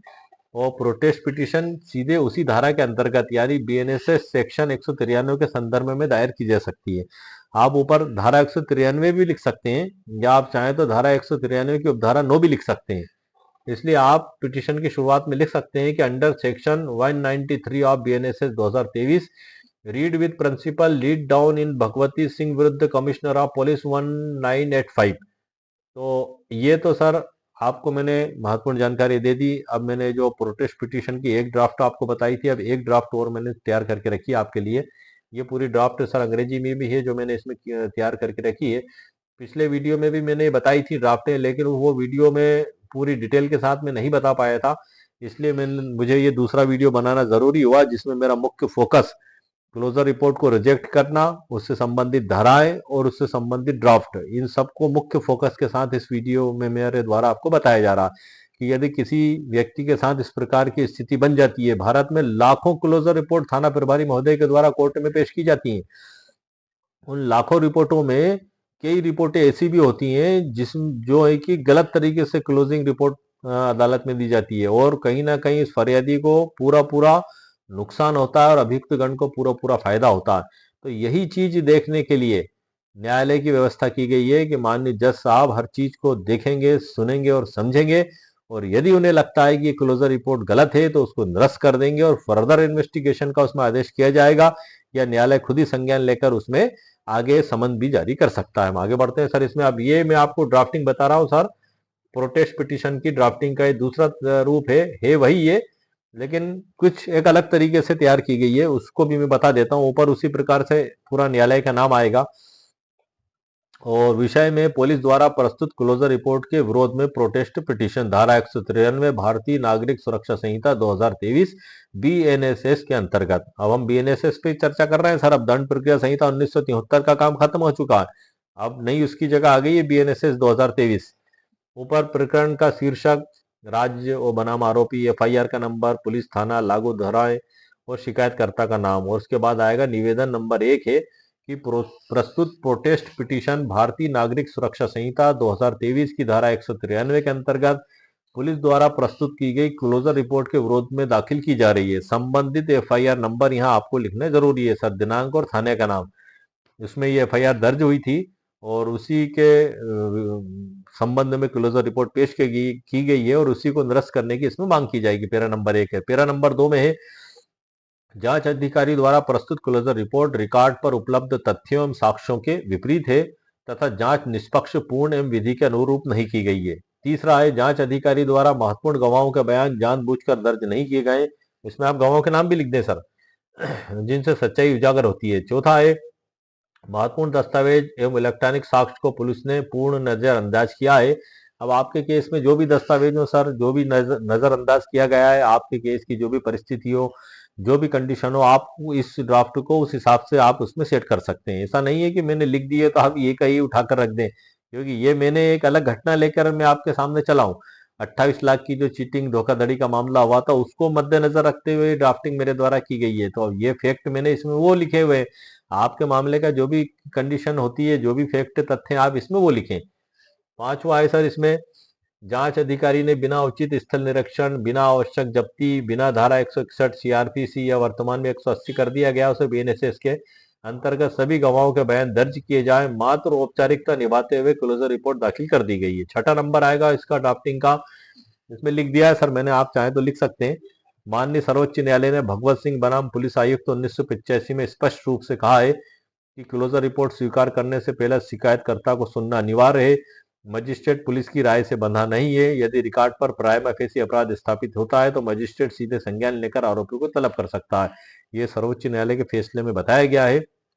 जो आप चाहें तो सर्वोच्च न्यायालय का फैसला ना लिखें, इस प्रार्थना को दूसरे हिसाब से एडजस्ट करके अपने शब्दों में लिख दें आप। सातवां पॉइंट है ड्राफ्टिंग का हमारा, उपलब्ध साक्ष्यों के आधार पर प्राइमा फेसी आरोपी के विरुद्ध अपराध सिद्ध होता है, अतः प्रस्तुत क्लोजर रिपोर्ट निरस्त किए जाने की कृपा करें। ये हमारी प्रोटेस्ट याचिका का 7वां पैरा हो गया और अंत में हमारा आता है प्रार्थना। इसमें जो प्रेयर सबसे महत्वपूर्ण होती है, इसमें हमने लिखा हुआ है, न्यायालय से प्रार्थना है कि नंबर 1, पुलिस द्वारा एफआईआर नंबर पूरी डिटेल आप लिख दें, उसमें क्रमांक और दिनांक में दाखिल क्लोजर रिपोर्ट को खारिज करने की कृपा करें। ये हो गया। दूसरा हो गया हमारा प्रेयर, उपलब्ध साक्ष्यों के आधार पर अपराध का संज्ञान लेकर आरोपी को समन या तलब करने का आदेश दें। और तीसरा इसमें प्रार्थना की है कि बीएनएसएस 2023 की धारा 193 की उपधारा 9 के अंतर्गत पुनः जांच, फर्दर इन्वेस्टिगेशन किसी वरिष्ठ अधिकारी से कराए जाने का आदेश पारित करें। और चौथी प्रार्थना है, न्याय हित में कोई अन्य उचित आदेश पारित करने की कृपा करें। तो ये सर हमारी ड्राफ्ट हो चुकी है कंप्लीट। जो 2 ड्राफ्ट मैंने सर बता दी आपको, इसमें एक तो प्रोटेस्ट पिटीशन की 2 ड्राफ्टें बताई है और एक ड्राफ्ट बताई है मैंने आपको 193 की, जिसमें फर्दर इन्वेस्टिगेशन का निवेदन किया गया है और साथ ही संपत्ति जब्ती का भी किया गया है। वैसे आप चाहें तो प्रोटेस्ट पिटीशन जो एक दाखिल की जाती है, ये जैसे कि मेरे द्वारा ये प्रोटेस्ट पिटीशन इसमें लिखी गई है। अब ये जो प्रोटेस्ट पिटीशन है सर, इसमें एक आपत्ति है ये एक तरीके की, और आपत्ति हम कहाँ पर कर रहे हैं कि जो रिपोर्ट उन्होंने पेश की है पुलिस ने, और पुलिस ने रिपोर्ट किस प्रावधान के तहत पेश की है, 193 के तहत पेश की है। तो हम इसमें 193 इसमें इसमें लिख रहे हैं, क्योंकि 193 में प्रावधान दिए गए हैं कि जब भी किसी भी प्रकरण में इन्वेस्टिगेशन पूर्ण हो जाता है तो उसके बाद रिपोर्ट कोर्ट में पेश की जाती है। उसमें 6 पैरा दिए गए सर लगभग, उन 6 पैराओं के तहत ही वो रिपोर्ट कोर्ट में पेश की जाती है। 193 की उपधारा 3 में बताया गया है। मैं आपको उसके बारे में भी शॉर्ट में बता देता हूँ, जो जो मुख्य हैं वो। ये मैं बुक भी है मेरे पास में सर, आपको बता दूं कि ये जो थाना प्रभारी महोदय के द्वारा जो रिपोर्ट पेश की जाएगी, तो उस रिपोर्ट में 193 में जो प्रारूप है, उस प्रारूप के तहत ही सर उसको पेश किया जाएगा। तो उस प्रारूप में कुल 7 पॉइंट इसमें दिए गए सर। वो 7 पॉइंट में बता देता हूँ, जैसे कि पक्षकारों के नाम, इत्तला का स्वरूप, मामले की परिस्थितियों से परिचित प्रतीत होने वाले व्यक्तियों के नाम, क्या कोई अपराध किया गया प्रतीत होता है, यदि किया गया प्रतीत होता है तो किसके द्वारा, क्या अभियुक्त गिरफ्तार कर लिया गया है, ये सारी जानकारियां उसमें लिखी जाएंगी सर। क्या अभियुक्त अपने बंद पत्र या जमानत पर छोड़ दिया गया है, क्या अभियुक्त धारा 190 के दिन अभिरक्षा में भेजा जा चुका है, जहां अन्वेषण भारतीय न्याय संहिता 2023 की धारा 64, 65, 66, 67, 68, 70, 71 के अधीन, मतलब महिला संबंधी अपराध से है तो उसकी चिकित्सा परीक्षा रिपोर्ट संलग्न की गई है और इलेक्ट्रॉनिक युक्ति की दशा में अभिरक्षा का अनुक्रम, ये प्रारूप के पेरा है सर इसमें। और पुलिस अधिकारी 90 दिन की अवधि के भीतर ये जो इसके द्वारा इन्वेस्टिगेशन किया जा रहा है, इसकी सूचना किन्हीं भी साधनों द्वारा, जिसके अंतर्गत इलेक्ट्रॉनिक संसूचना के माध्यम से भी सूचना देने वाले पीड़ित को देगा, उस फरियादी को जिसके द्वारा रिपोर्ट लिखाई गई है। और तीसरा है, वह अधिकारी अपने द्वारा दी गई कार्रवाई की सूचना उस व्यक्ति को, यदि कोई जिसने अपराध किए जाने के संबंध में सबसे पहले रिपोर्ट दर्ज की थी, जो राज्य सरकार के नियमों द्वारा अवबंधित करे दी जाएगी। ये सब इसमें बताया गया है। और इसी में आगे जो उपधारा 9 भी आती है, जो मैंने सर आपको बताई थी, जिसमें फर्दर इन्वेस्टिगेशन के बारे में भी बताया गया है। तो ये तो सर इसके संबंध में मैंने आपको मुकम्मल कानूनी जानकारी प्रदान कर दी है। और ये प्रोटेस्ट पिटीशन भी मैंने आपको 2 बता दी है। अब मैं इसमें आगे चलता हूँ सर। आपको कुछ महत्वपूर्ण जानकारियां जो इसमें आ रही है, भगवान सिंह बनाम पुलिस आयुक्त का, ये हमने बता दिया। ये सर जजमेंट है। इस जजमेंट का मुख्य पेरे मैंने आपको बता दिए हैं। इसका पूरा निष्कर्ष है। इसके पूरे निष्कर्ष पे मैं पिछला वीडियो बना चुका हूँ 1 घंटे 35 मिनट का। उसमें मैंने पूरी डिटेल इस केस की जानकारी भी दी है।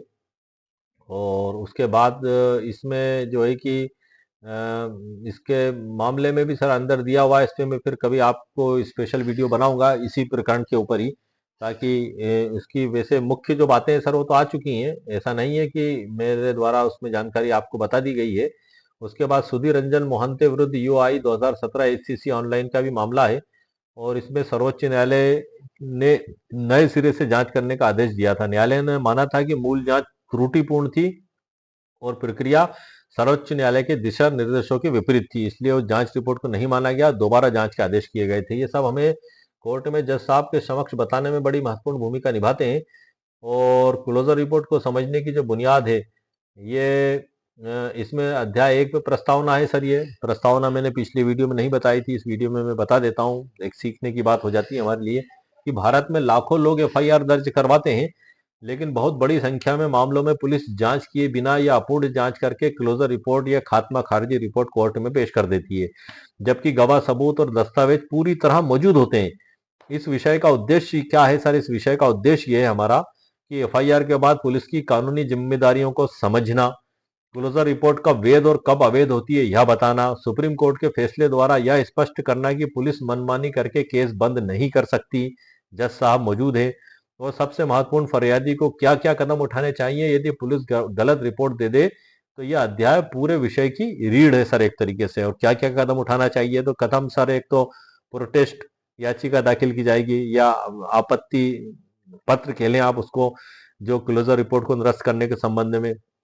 दूसरी, आप फर्दर इन्वेस्टिगेशन का भी निवेदन कर दें और संपत्ति जब्ती का भी सर उसमें निवेदन आप कर सकते हैं। और सपोर्ट में सर ये सर्वोच्च न्यायालय के फैसले भी आप दे सकते हैं। और उसके बाद एफआईआर के बाद पुलिस जांच का वास्तविक उद्देश्य ये है सर, ये संज्ञेय अपराध और असंज्ञेय अपराध की परिभाषा इसमें मेरे द्वारा लिखी गई है। पुलिस को इत्तला और उनके अन्वेषण करने की शक्तियां, यहाँ सर मैंने इस पूरा अध्याय को इसमें खोला है।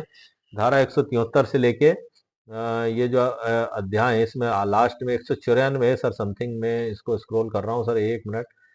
ये हो गया, हाँ 194। इसकी पूरी सरल व्याख्या भी सर मैंने इसमें की है।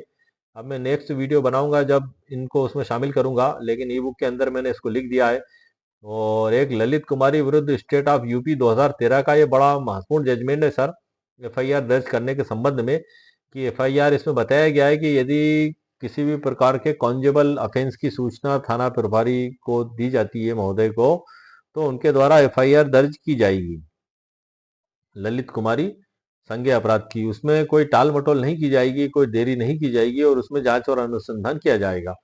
इसमें जो है कि एक सरल उदाहरण भी लिखा था मैंने कि मान लीजिए कि किसी व्यक्ति के 5 लाख रुपए ठग लिए जाते हैं, वह एफआईआर दर्ज करता है। पुलिस को यह करना चाहिए, बैंक स्टेटमेंट लेना, कॉल रिकॉर्ड लेना, आरोपी का बयान लेना, गवाहों को बुलाना। लेकिन यदि पुलिस यह सब किए बिना लिख दे कोई अपराध नहीं पाया गया, तो यह जांच नहीं, मामला दबाना माना जाएगा। ललित कुमारी का जो मामला है सर, इस पे सर मैं स्पेशल वीडियो फिर आपको नेक्स्ट वीडियो में बनाऊंगा। ये एफआईआर दर्ज करने के संबंध में धारा 173 जो भारतीय नागरिक सुरक्षा संहिता 2023 में धारा 173 जो बताई गई है, इसको प्रथम सूचना रिपोर्ट की धारा भी आप कह सकते हैं। एफआईआर जो 154 थी पहले, दंड प्रक्रिया संहिता 1973 में 154 दी गई थी और इसमें 173 उसको कर दिया गया। 161 बयानों के संबंध में थी पहले, अब इसमें 180 कर दिया गया उसको। तो ये कुछ परिवर्तन कर दिए गए सर इसमें। इसी प्रकार से इसमें आगे बताया गया है ये जो मामला है ललिता कुमारी बनाम उत्तर प्रदेश राज्य मन्य 12 नवंबर 2013 का है सर। ये एफआईआर से संबंधित ही है।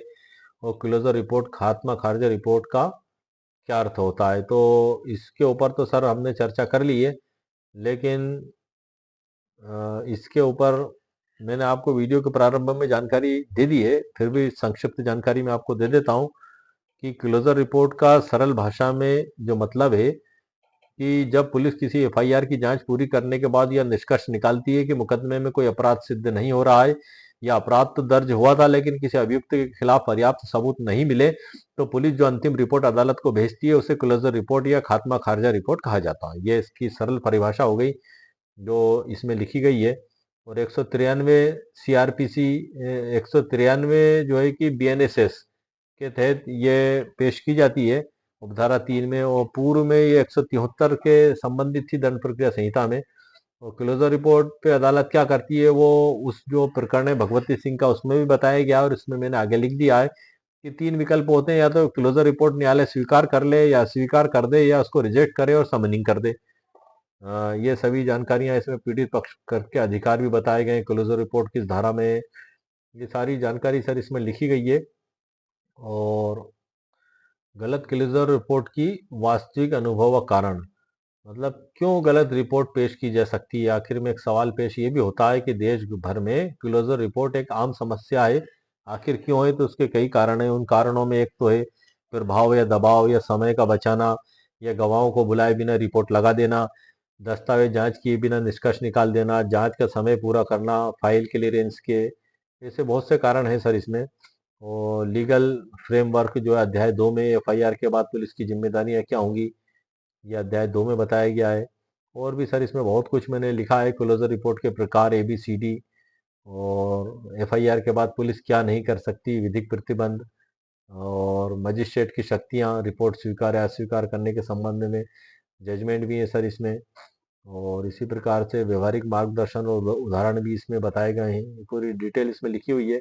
अध्याय 5 में वास्तविक केस स्टडी 420 के मामले में पुलिस की गलत खारिजी रिपोर्ट का विश्लेषण, जिस प्रकरण को एक उदाहरण के बतौर में लेके चला था मेरे क्लाइंट का, उसी घटना के आधार पर यह अध्याय मेरे द्वारा बनाया गया है। धोखाधड़ी, आपराधिक न्यासभंग एवं पुलिस द्वारा अपर्याप्त अनुसंधान एक विस्तृत प्रकरण, ये भी इसमें लिखा गया। और भी बहुत कुछ है सर इसमें। ये इस प्रकार से ये प्रारंभ में परिचय है सर इसके। तो इस प्रकार से सर आज के वीडियो में जो हमारा वीडियो का मुख्य टाइटल था कि क्लोजर रिपोर्ट को रिजेक्ट कैसे करें, तो क्लोजर रिपोर्ट को रिजेक्ट करने के लिए जैसे ही आपके हाथ में नोटिस आता है थाना प्रभारी का, उसके खात्मा खारिजा का, आपकी एफआईआर के, वैसे ही आपको प्रोटेस्ट पिटीशन दाखिल करना होगी। प्रोटेस्ट पिटीशन सुन के आप घबरा ना जाना सर, आप डर ना जाना, आप या आप इस सोच में ना पड़ जाना कि आखिर ये क्या हुआ है प्रोटेस्ट पिटीशन। प्रोटेस्ट पिटीशन एक सिंपल सा आवेदन है, मात्र 2 पन्ने का, आप चाहे तो हाथ से भी लिख के दे सकते हैं या टाइप वाले से टाइप भी करवा सकते हैं। आपको आपकी समस्या उसमें लिखना है, आपकी घटना उसमें लिखना है, और क्या उसमें नहीं हुआ और क्या होना चाहिए था जज साहब को आपको बताना है उस क्लोजर रिपोर्ट की कॉपी के साथ। वकील साहब को आप साथ में लेकर खड़े हो तो वह ज्यादा बेहतर आपकी बात को जज साहब के समक्ष समझा सकते हैं। आपके समक्ष यदि ये प्रॉब्लम पैदा होती है कि इसकी ड्राफ्टिंग को हम किस प्रकार से करेंगे, तो वो भी सर मैंने हल कर दिया है। ई बुक पीडीएफ के अंदर उसका ड्राफ्टिंग का एक आइडियल प्रारूप मेरे द्वारा तैयार किया गया है कि आप उसको यूज कर सकते हैं। यूज किस प्रकार से कर सकते हैं कि फैक्ट आप आपके लिखेंगे, ढांचा वो आप ले लेंगे, किस प्रकार से तैयार की जाएगी, एक अनुमान आपके सामने आ जाएगा, एक प्रारूप, एक ड्राफ्ट आपके सामने आ जाएगी। तो 193 की उपधारा 9 के तहत फर्दर इन्वेस्टिगेशन और संपत्ति जब्ती पत्रक का एक आवेदन हो गया। दूसरा आवेदन हो गया प्रोटेस्ट पिटिशन का, हो गया आपत्ति आवेदन का, तो 2 आवेदन हो गए। आप प्रोटेस्ट पिटिशन में भी वो सारे निवेदन भी लिख सकते हैं, ऐसा नहीं है कि आप 2 आवेदन दे, लेकिन आप 2 दे दें तो बेहतर है, नहीं दे तो भी बेहतर है। अगर आप 2 भी दे देंगे तो भी कोई नियमों का उल्लंघन नहीं होगा। दोनों ही जो है कि 193 में शामिल कानूनी जानकारी मैंने आपको प्रदान कर दी है। और ये एक बड़ा ही गंभीर विषय है सर, मतलब इतना गंभीर विषय है कि गंभीर शब्द भी इसके लिए कम पड़ता है कि यदि किसी के साथ कोई घटना घटित हुई है, उसके द्वारा रिपोर्ट थाने में लिखाई गई है, और उस रिपोर्ट को ये कहकर कि ये संज्ञेय प्रकृति के अपराध नहीं पाया जाता है, क्लोजर रिपोर्ट अगर थाना प्रभारी महोदय के द्वारा कोर्ट में दाखिल कर दी जाती है, तब उस फरियादी के दिल पर क्या बीतती है ये सिर्फ वही जानता है सर। हो सकता है मामला हत्या का हो सकता है मामला बलात्कार का हो सकता है मामला एक्सीडेंट का हो सकता है मामला चोरी का हो सकता है मामला अपहरण का हो सकता है मामला फोर्जरी का हो सकता है मामला लूट का हो सकता है मामला डकैती का हो, कुछ भी हो सकता है सर। अब ये कितने गंभीर मामले हैं सर, खुद ही समझ सकते हैं कि ये कितने गंभीर प्रकृति के मामले हैं। और यदि इन मामलों में पुलिस मुलजिमों को गिरफ्तार करने की बजाय क्लीन चिट दे दे और क्लोजर रिपोर्ट कोर्ट में पेश कर दे, तो मुलजिम तो बरी वहीं थाने से ही हो गए।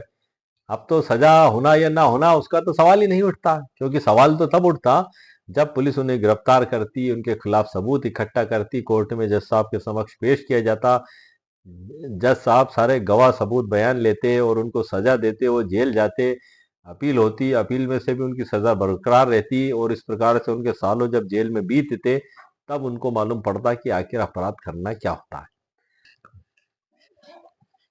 मेरा पक्षकार सर जिसके साथ 28 लाख रुपए की धोखाधड़ी हुई, उसके एक बड़ी पूंजी है, जीवन भर की उसकी कमाई, खेती की जमीन उसके द्वारा सेल की गई थी और वो पैसे उसने उसके द्वारा बच्चों की पढ़ाई के लिए मकान के लिए रखे गए थे और इन चोरों ने उसको धोखाधड़ी से हड़प लिया और बेशर्मी की हद ये है कि वापस भी नहीं कर रहे हैं और तिकड़ा में बिठा रहे हैं। और इधर क्लोजर रिपोर्ट थाना प्रभारी महोदय के द्वारा पेश कर दी गई, उनके तो और भी हौसले बुलंद हो गए सर।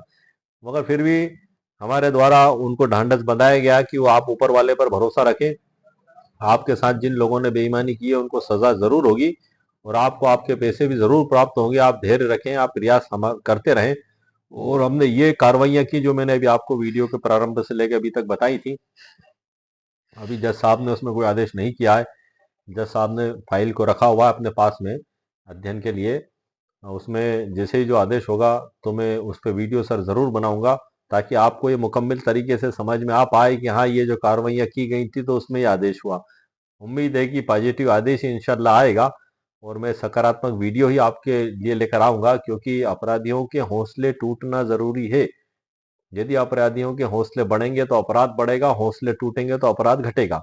कानून बनाया ही इसलिए गया है ताकि अपराध का भय समाज में बना रहे और अपराध कम से कम हो। यदि अपराधी बेखौफ हो गए तो अपराध बेलगाम हो जाएगा और जब अपराध बेलगाम हो गया सर तो फिर तो कोई भी व्यक्ति सुरक्षित नहीं है समाज में, कोई भी व्यक्ति सुरक्षित नहीं है। अपराध का रूप कोई सा भी हो सकता है सर। पहले के जमाने में डाकू जो है कि उसमें चंबल की पहाड़ियों में रहा करते थे और घोड़ों पर बैठकर बंदूकें लेकर लूट करने आते थे। फिर जमाना बदला, फिर बदला, टेक्नोलॉजी आ गई, रूप बदलाते गए, अपराध का रूप बदलाता गया, कानूनों में भी संशोधन होते गए। तो इस प्रकार से कानून लगातार परिवर्तनशील है और समय के हिसाब से उसमें बदलाव भी होते रहते हैं। जैसे कि 1 जुलाई 2024 से ये 3 नए कानून लागू कर दिए गए। आईपीसी को खत्म करके बीएनएस ले आए, उसकी जगह 2023 दंड प्रक्रिया संहिता 1923 की जगह भारतीय नागरिक सुरक्षा संहिता 2023 आ गया और एविडेंस एक्ट की जगह जो है कि भारतीय साक्ष्य अधिनियम 1872 था पहले, अब भारतीय साक्ष्य अधिनियम 2023 कर दिया गया। कुछ धाराओं में आगे पीछे परिवर्तन कर दिया गया, कुछ नए प्रावधान उसमें जोड़ दिए गए जो कहीं ना कहीं फायदेमंद है। अब ये कानून बनाए इसलिए गए सर कि किसी के भी साथ अन्याय ना हो, नाइंसाफी ना हो। लेकिन हमारे पक्षकार के साथ ये जो खुली नाइंसाफी हुई, 1 साल उसके द्वारा सर इंतजार किया गया। 1 साल तक वो थाना प्रभारी महोदय से लगातार निवेदन करता रहा कि सर मेरे पैसे जब्त करके मुझे दिलाए जाए, इनको गिरफ्तार करा जाए और जो है कि आगे कार्रवाई की जाए रिपोर्ट लिखाने के बाद भी। और हमारे द्वारा कोर्ट में भी 175 3 बीएनएसएस 2023 का जो है कि मामला दाखिल कर दिया गया। ये जो 175 3 है ये सर पूर्व में जो दंड प्रक्रिया संहिता 1973 है उसमें 156 की उपधारा 3 थी, ये उसमें बताया गया था।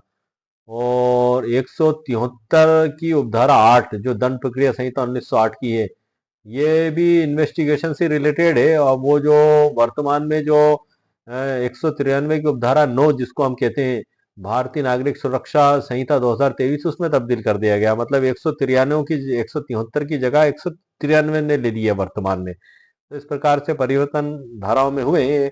आईपीसी वो धारा 194 जो पहले थी एफआईआर में, अब वो 173 में आ चुकी है। तो उसमें बहुत कुछ अमेंडमेंट भी हो चुके हैं अब उन पे सब मैं नेक्स्ट वीडियो आपके लिए बनाऊंगा। लेकिन वर्तमान में हमारा जो मुख्य मुद्दा था कि क्लोजर रिपोर्ट को निरस्त कैसे कराएं, तो सर वो दो ही उसके मुख्य प्रकार मैंने बताया आपको। एक तो आपको आपत्ति देना होगी और दोनों आवेदनों की ड्राफ्ट भी मैंने आपको बता दी है। तो आज के वीडियो में सर दोबारा ये मेरा बनाने का मकसद यही था, मुख्य फोकस यही था कि क्लोजर रिपोर्ट को निरस्त कराने के लिए कौन कौन से कानून लागू होंगे और किन धाराओं के तहत आवेदन दिया जा सकता है। उन आवेदनों की ड्राफ्ट भी ई बुक पीडीएफ के अंदर से मैंने आपको बता दी है। संपूर्ण ई बुक पीडीएफ के अंदर से मैंने आपको परिचित भी करा दिया है। ये ई बुक पीडीएफ ये मेरे वीडियो में देखने के बाद यदि आपको लगता है कि आपके लिए उपयोगी है सर, आप इसे तभी परचेस करें। यदि आपको ये लगता है कि आपके लिए उपयोगी नहीं है तो आप इसको परचेस ना करें। क्योंकि आप मैं वीडियो के अंदर मेरा बताने का भी मकसद यही रहता है कि आप पहले परिचित हो जाएं कि इसमें मेरे द्वारा क्या सामग्री लिखी गई है और क्या पीडीएफ में कानून तैयार किए गए हैं। और वो जब आप मेरा वीडियो देखते हैं तब आपको उसी दौरान आपको समझ में आ जाता है। पूरी ई बुक तो मैं बता ही देता हूँ सर, उसके बाद आपको लगता उपयोगी तभी आप इसको खरीदें सर, बिना देखे ना खरीदें। यदि आप डायरेक्ट मेरे प्रॉब्लम सॉल्यूशन स्टोर पर पहुंच जाते हैं और वहां मेरी तकरीबन 190 से ऊपर प्रॉब्लम सॉल्यूशन ई बुक अपलोड हो चुकी हैं और ये कार्य निरंतर जारी है। मुझे जैसे ही समय मिलता है कोर्ट के कार्य से, मैं आप लोगों की प्रॉब्लम को सॉल्यूशन करने के लिए कोई ना कोई वीडियो बनाने की कोशिश करता हूँ। तो वहाँ 190 प्रॉब्लम सॉल्यूशन ई बुक मेरे द्वारा अपलोड की जा चुकी हैं। वो किसी ना किसी प्रॉब्लम को सॉल्व करने के मकसद से बनाई गई है सर। अब आप डायरेक्ट मेरा वीडियो देखे बगैर वहां पहुंच जाते हैं और आपको ऐसा लगता है कि कोई ई बुक आपको परचेस करना है, तो ई बुक का मैं डिस्क्रिप्शन भी लिखता हूं सर वहां, आप डिस्क्रिप्शन पढ़ लें और उसके बाद उससे संबंधित वीडियो मेरे चैनल पर जाकर आप ढूंढ कर देख लें। लगभग जो ई बुक का टाइटल है वही टाइटल से वीडियो आपको मिल जाएगा। तो उस वीडियो के अंदर पूरी ई बुक के अंदर से ही मेरे द्वारा जानकारी दी गई है। तो वीडियो आप सुनने के बाद आपको पता लग जाएगा कि आखिर इसके अंदर क्या लिखा हुआ है। उसके बाद फिर आप डिसाइड कर लें कि यदि वो आपके लिए उपयोगी हो तभी उसको आप परचेस करें। यदि आप डायरेक्ट प्रॉब्लम सॉल्यूशन ई बुक स्टोर पर जाएंगे तो वहां पूरी ई बुक नहीं दिखाई जाएगी। वहां तो आप जब 199 रुपीज का भुगतान करेंगे तभी ईमेल आपके मोबाइल पर आएगा, ईमेल आईडी पर वहां डाउनलोड होगी वो, उसके बाद ही आप पूरी पढ़ पाएंगे। लेकिन मेरे वीडियो के अंदर आप उसको पूरी वो देख और समझ सकते हैं। तो इस बात का आप जरूर ध्यान रखें।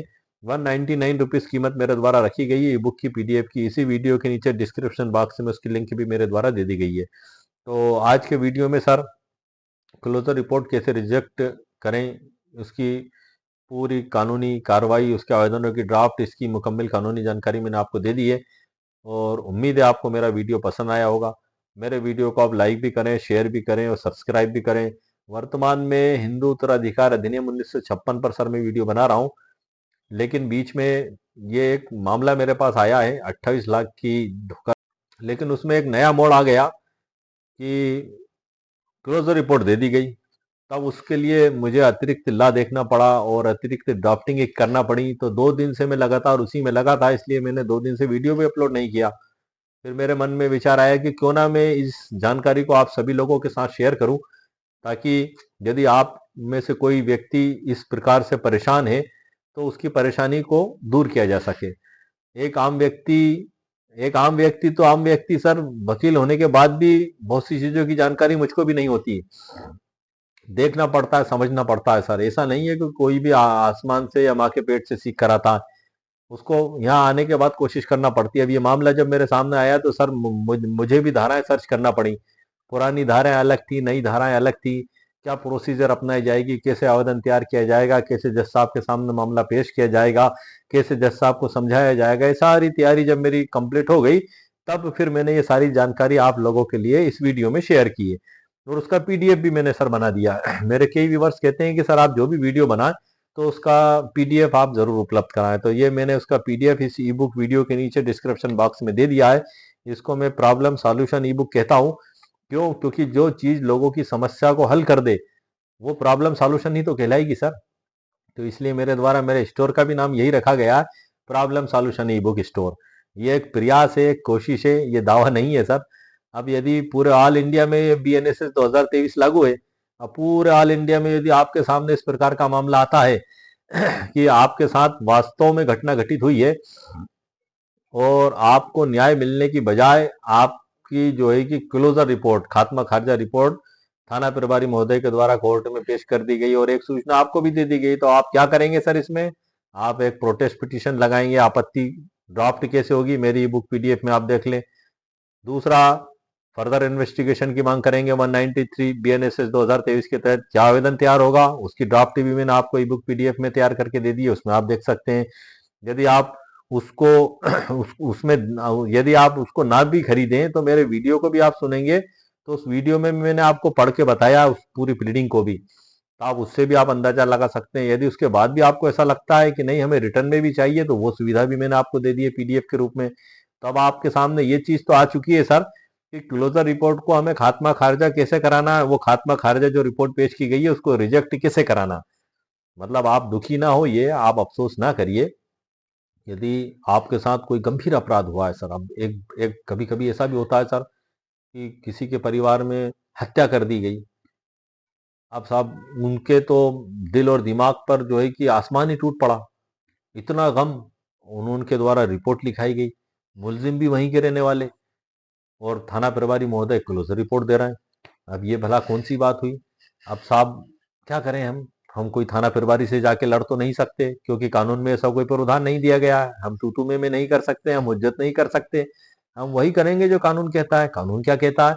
कानून कहता है कि आप वो जैसी आपको क्लोजर रिपोर्ट की कॉपी मिलेगी, आप उसकी कॉपी को लेके एक प्रोटेस्ट पिटीशन दे दें आप जेएमएफसी महोदय, उसी थाना पर जो जिस न्यायालय के अंतर्गत वो थाना लगता है, वो जिस न्यायालय को उस थाने के केस सुनने का क्षेत्राधिकार है, उन्हीं जज साहब के समक्ष आप वो जो क्लोजर रिपोर्ट आपको दी गई है उसकी कॉपी लेके ये 2 आवेदन तैयार करके एक वकील साहब का वकील पत्र लगा के आपके जो दस्तावेज है सूची अनुसार तैयार करके कोर्ट में आप पेश कर दें। उसपे सामने पुलिस को रिपोर्ट के लिए तलब कर लिया जाएगा। न्यायालय जज साहब के सामने जैसे ही आप आवेदन लगाएंगे, हो सकता है जज साहब आपके बयान लेके नोटिस जारी कर दें, या फिर हो सकता है जज साहब उस क्लोजर रिपोर्ट को निरस्त करने के बाद दोबारा फर्दर इन्वेस्टिगेशन का आदेश कर दें। इतने तो कानूनी उपचार उपलब्ध हैं सर, और सर्वोच्च न्यायालय के फैसले भरे पड़े हुए हैं इसमें।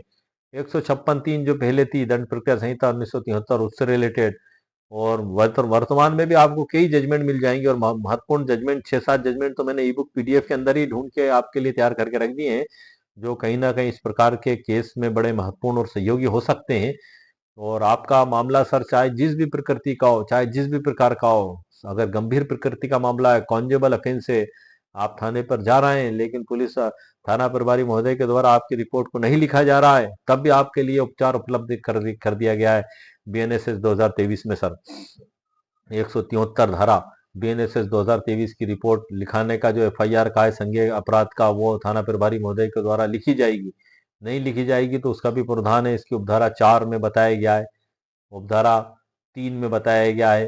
3 में तो आप एप्लीकेशन नहीं दे देंगे तो न्यायालय सीधा जो है कि कन्वेंशन का आदेश करेगा उसमें इन्वेस्टिगेशन का। तो ऐसी बहुत सी महत्वपूर्ण जानकारियां हैं जो आज के वीडियो में सर मैंने कहीं ना कहीं आपको देने की कोशिश की है, और मुझे पूरा यकीन और विश्वास है कि आपकी ये महत्वपूर्ण समस्या की क्लोजर रिपोर्ट को कैसे रिजेक्ट कराएं, मेरा वीडियो देखने के बाद हल हो चुकी है।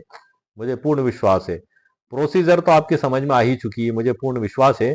और बाकी फैसला फिर जज साहब के हाथ में है कि आप उस क्लोजर रिपोर्ट पर जब आपत्ति लेंगे, आवेदन आप देंगे, फिर जो भी फैसला होगा वो जज साहब के द्वारा गुण दोषों के आधार पर लिया जाएगा। वो फिर एक अलग मैटर है, यदि आप उससे भी असंतुष्ट हैं आप हाई कोर्ट में भी जा सकते हैं, 482 में याचिका लगा सकते हैं, आप उसमें रिवीजन कर सकते हैं, आप उसमें वो भी प्रावधान मौजूद है। आप सुप्रीम कोर्ट तक भी जा सकते हैं, ये जरूरी नहीं है कि आप एक ही जगह निराश होकर बैठ जाएं। कोशिश आपको लगातार करना होगी, क्योंकि कोशिश करने वालों की कभी हार नहीं होती।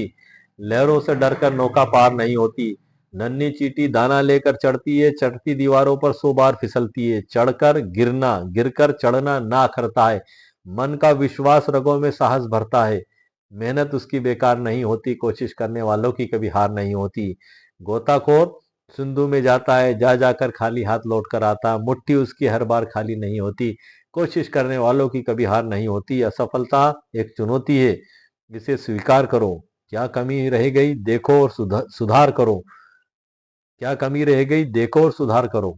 ये बड़ी महत्वपूर्ण बात है सर, क्या कमी रह गई देखो और सुधार करो। नींद और चैन को त्यागो तुम, संघर्ष का मैदान छोड़कर मत भागो तुम। कुछ किए बगैर ही जय जयकार नहीं होती, कोशिश करने वालों की कभी हार नहीं होती। हरिवंश राय बच्चन साहब की ये मोटिवेशनल कविता है, जिसे अमिताभ बच्चन सर ने भी कई जगह पढ़ा है। मैं भी सर इससे काफी मोटिवेशन हासिल करता रहता हूँ। और अक्सर उन लोगों के लिए भी मैं मेरे वीडियो में कहता हूँ जो खास तरीके से बड़े परेशान और तकलीफ में, निराशा में और मुसीबतों में घिरे हुए हैं और उन्हें कोई रास्ता दिखाई नहीं दे रहा है, तो उनको रास्ता दिखाने का प्रयास और कोशिश भी मेरे द्वारा की जाती है। ये एक बड़ा ही सेंसिटिव टॉपिक है सर, क्लोजर रिपोर्ट का बेहद सेंसिटिव टॉपिक है। क्योंकि यहाँ वो फरियादी बड़ा असहाय और मजबूर रहता है। वो तो हाथ जोड़ के खड़ा रहता है कि सर कार्रवाई करें आप, तो सर आप कार्रवाई करें। क्यों? क्योंकि जो है कि सिस्टम ने उनको नियुक्ति इसलिए किया है, थाना प्रभारी महोदय, अनुसंधानकर्ता अधिकारी महोदय को, कि वो ईमानदारी पूर्ण आगे रह के कार्य करें। और कभी कभी आपके साथ वास्तव में घटना हुई है और उनके द्वारा क्लोजर रिपोर्ट पेश कर दी गई, तो उसको भी निरस्त करने का तरीका सर मैंने आपको बता दिया कि आप इस तरीके को अपनाकर उसको निरस्त करने की कार्रवाई कर सकते हैं। आगे फैसला फिर जज साहब करेंगे। और संभव है 100% निरस्त हो सकती है, संभव है। संभव है। संभव कब होगा? जब आप वास्तव में उन डॉक्यूमेंट्स को कोर्ट में जज साहब के समक्ष पेश करेंगे। यदि आप जज साहब के समक्ष कुछ पेश ही नहीं करते हैं, कुछ बोलते ही नहीं है, तो फिर जज साहब भी कैसे आदेश करेंगे उस क्लोजर रिपोर्ट को निरस्त करने का सर? इसलिए आपको पूरी तैयारी करना होगी, पूरी समझदारी के साथ काम लेना होगा। सारी घटना, सारे फैक्ट, सारे गवाह, सारे सबूत, सारा रिकॉर्ड कोर्ट में जज साहब के समक्ष देना होगा। उसके बाद फिर आप यकीन रखें कि आपको बिल्कुल इंसाफ प्राप्त होगा।